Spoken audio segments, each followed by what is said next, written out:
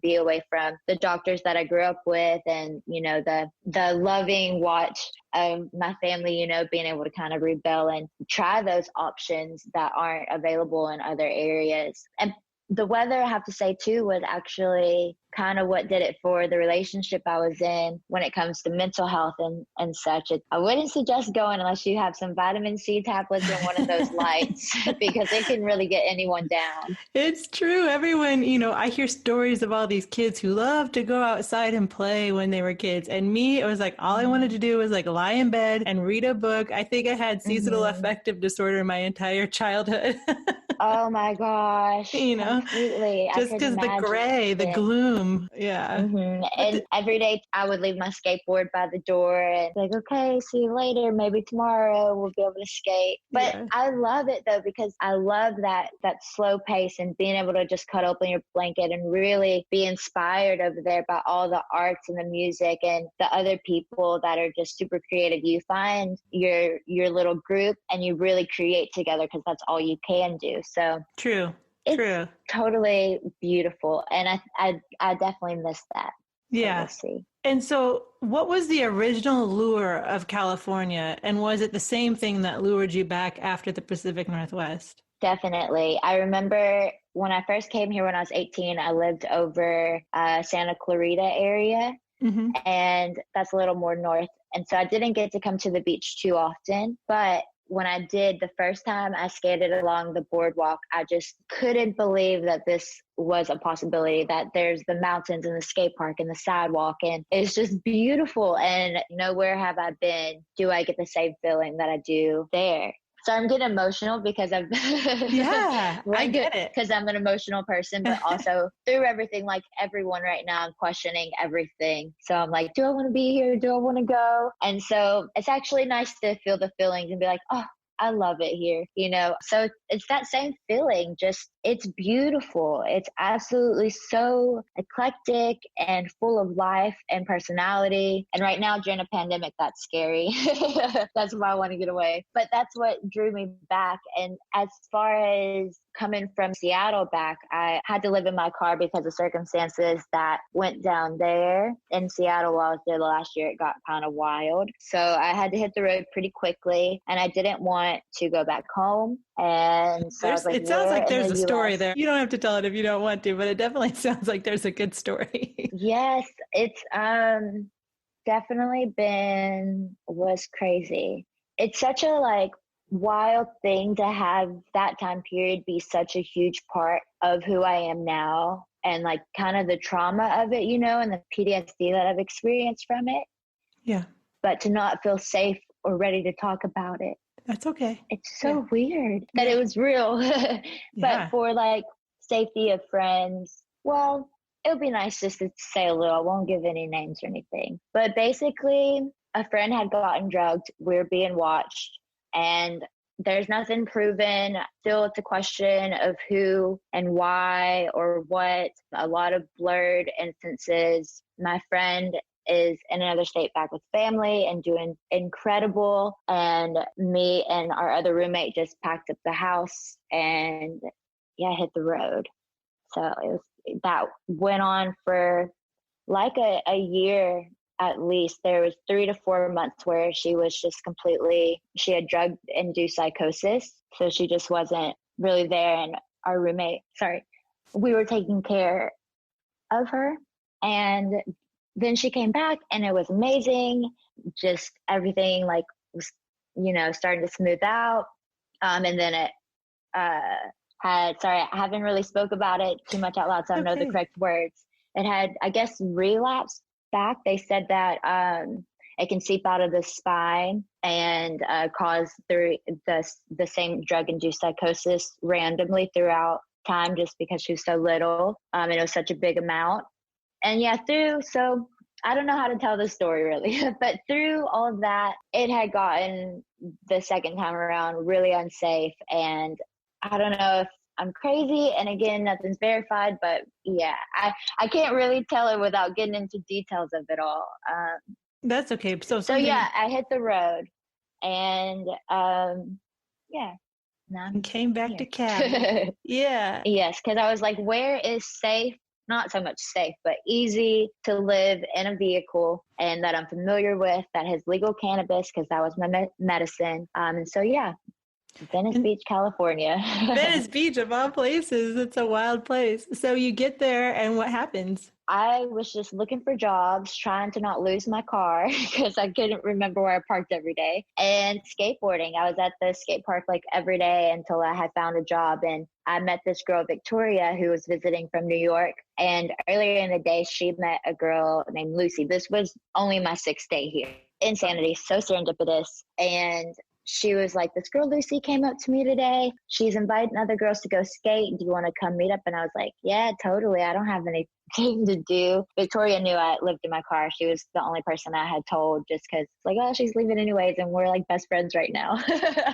So I went and I met up with them that night. There was probably like maybe 10 of us, but a few of the girls that run GrlSwirl with me were there. And we skated that night. We met, and more, it was at that point, like I had found like, what? Like I found all these girls that just got here that skate. So cool. So that night we were joking about like crew names, and we had a few different going around, and GrlSwirl was one of them. And we had gone over to one of the girls' house that night and hung out. And we started a text chain. Well, actually, Lucy had already started a text chain, like, I think months before. It's actually crazy. And she had been adding girls to this text chain that skated so that way we could all communicate. So at this point, we were like, we want to keep adding girls that we see skating around to this text chain and like just make like a little girl group of skaters. And we realized that it would be way too much to have on a text. So we made an Instagram. So that way we could just add girls to there, get our personal profiles and like share photos and stuff that we took that way. So it was really innocent and just fun. And it's all been innocent and fun, but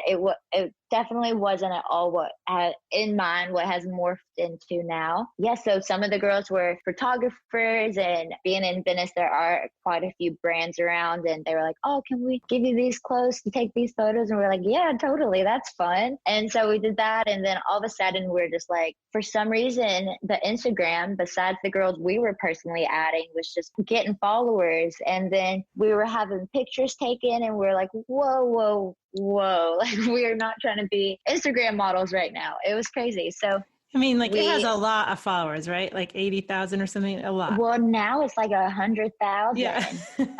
Crazy. At that point, I think it had like 500, and we were like maybe 2 months in, 2 or 3, if even, maybe like 2. And we're just like, whoa. So we decided to all sit down and have official meetings. And that had kind of been going on from the beginning, like just getting together, having little powwows about it, but nothing like this. Like we basically we're like, okay, let's try to do something with this. You know, if there's in our wildest dreams what we could do, what would we do? And we went around and gave some ideas, and philanthropy and like a clothing line and like all of these crazy just thoughts, you know.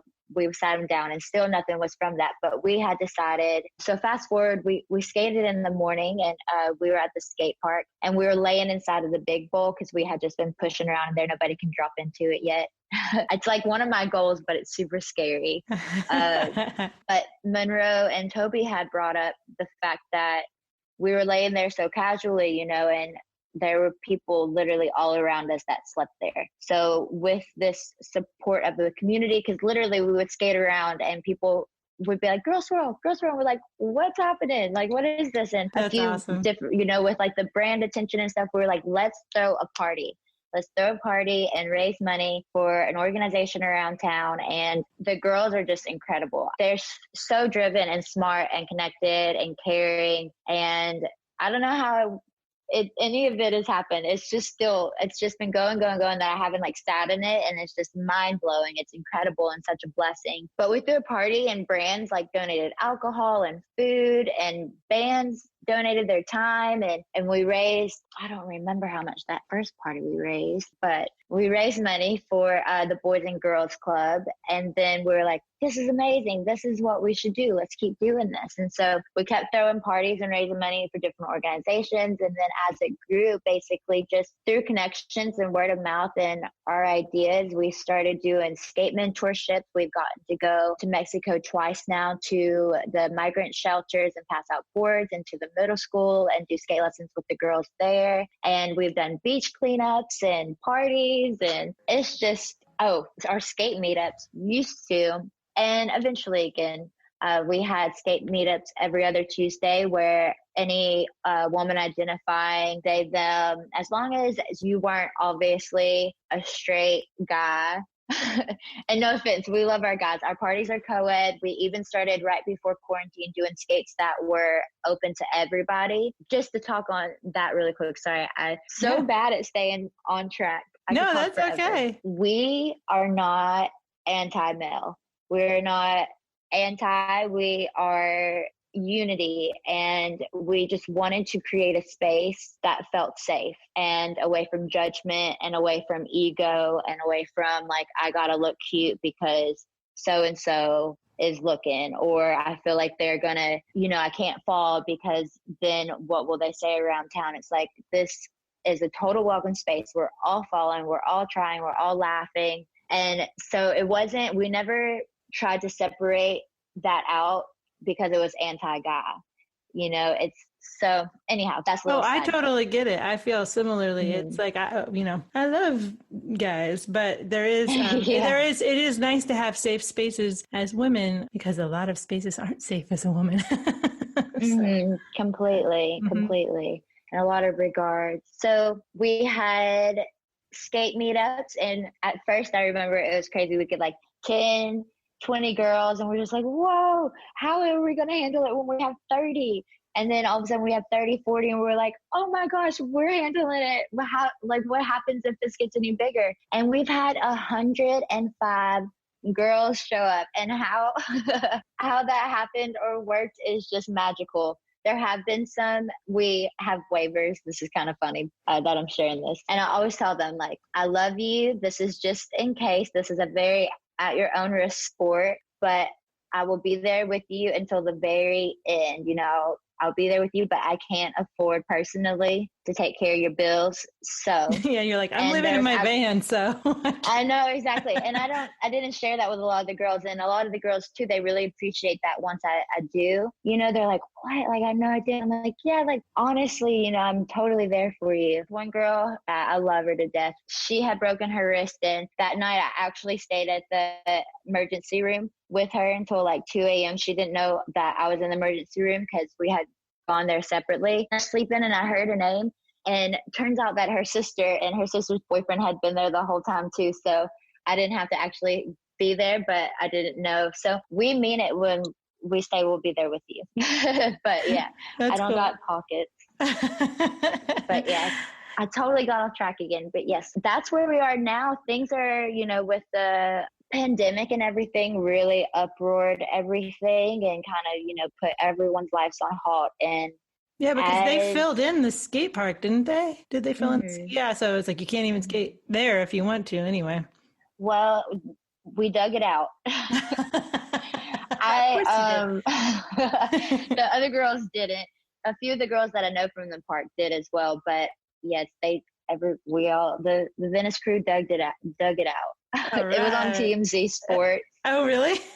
Yes. But what I was saying too, though, being this example and role model for some of the younger girls, you have to be really careful with what you're involved in and what you're doing and when you start up things. So although we all want to get back together and skate and party and stuff, it's all kind of, just we have to do the right thing and stay safe. Yeah, that's awesome. We'll see when all that happens again. But we have, it's beautiful though, because we started a New York and a San Diego chapter of GrlSwirl. So there's girls in those cities that are running a GrlSwirl over there, essentially. How cool. And, it's incredible. So through this time, although we haven't been able to like tangibly get together, we've had this really incredible digital community. And the New York and San Diego girls and the Venice girls, we all will FaceTime and phone call each other every week and catch up and make sure things are good and kind of like lead each other through how to cope, and I did some traveling during quarantine up to a farm I worked on, and the two girls that lead the San Diego chapter were there as well, and we got to travel down the coast together, and it was just so beautiful. I couldn't have imagined going through this experience without GrlSwirl, to be honest with you, besides just the chapter leaders, the community and the people and the